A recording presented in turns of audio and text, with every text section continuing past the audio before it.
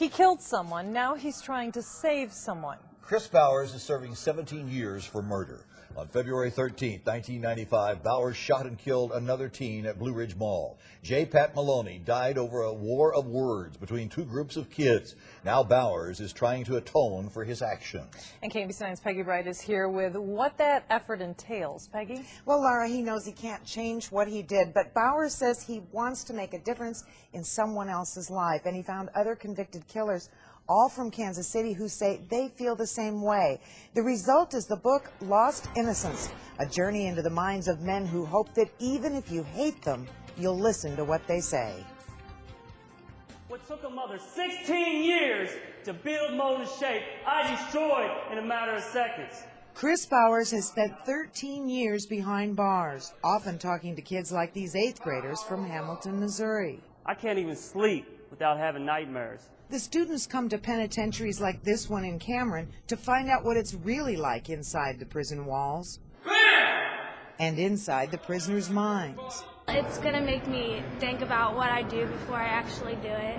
The kids say this time is invaluable. They don't want people to make the same mistakes that they made. What's our program? Their day among murderers, thieves, and drug dealers makes quite an impression. I thought they were going to tell us how not to do drugs and stuff, but they told us a lot more. I just don't want to come into a place like this when I'm older because it's so depressing. But Bowers wants to reach more kids, especially those on the brink of disaster. So he asked other inmates if they'd join him in writing their life stories for a book. Ultimately, I panicked and pulled the trigger, and it cost this man his life.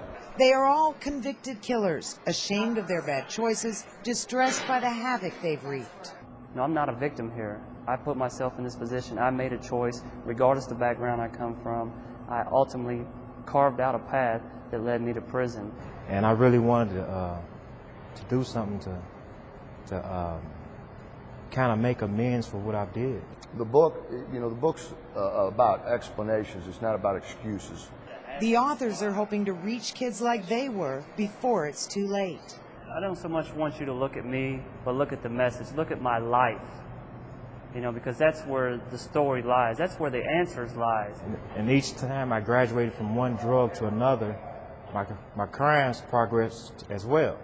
I'm not saying it's the answer to every kid's problem, but it could be a small piece of a puzzle, of life's puzzle, even if it's the smallest little bit, it could be a contribution. And I know it sounds cliche, but if the book helps just one kid, it's worth it.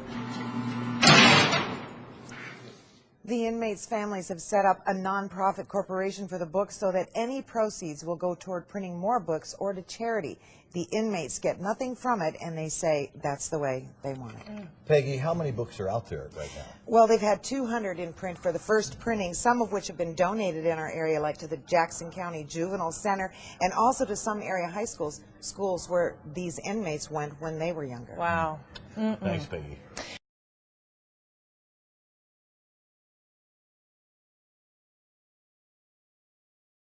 You see, life is all about choices. The decisions you make now, no matter how small, ditching school, cheating on tests, having a couple drinks, drinking and driving, getting high, partying, all that is going to affect your future. If you want to see what your future looks like, look at what you're doing today. You could be your own fortune teller. So all you got to do is look at the decisions you're making today. You want to know what it's like? That's what it's going to be like. Here we are. We was just kids, just like you. Bill was like a lot of you guys. Good home, athlete, and everything. You see, prison didn't discriminate. When he went in front of that judge, he didn't care about none of that stuff. He didn't care that he had a family. They didn't care that he was a star athlete. They didn't care that he was loved. He had all kinds of people marching to the courtroom and try to get him out. The judge said, no, you committed a crime against society and you're going to prison. Do your time. That's the way it is. So, if you guys don't want to ever experience prison, you need to start making different choices today. Look at who you're hanging around with. Ask yourself, is this person somebody who's going to care about me? Because of the kids that I hung around with before I went to prison, you think they were there while I was there? No. They didn't even sent me a 37-cent stamp. That's how much they cared about me once I got away. Out of sight, out of mind. Thank you, guys.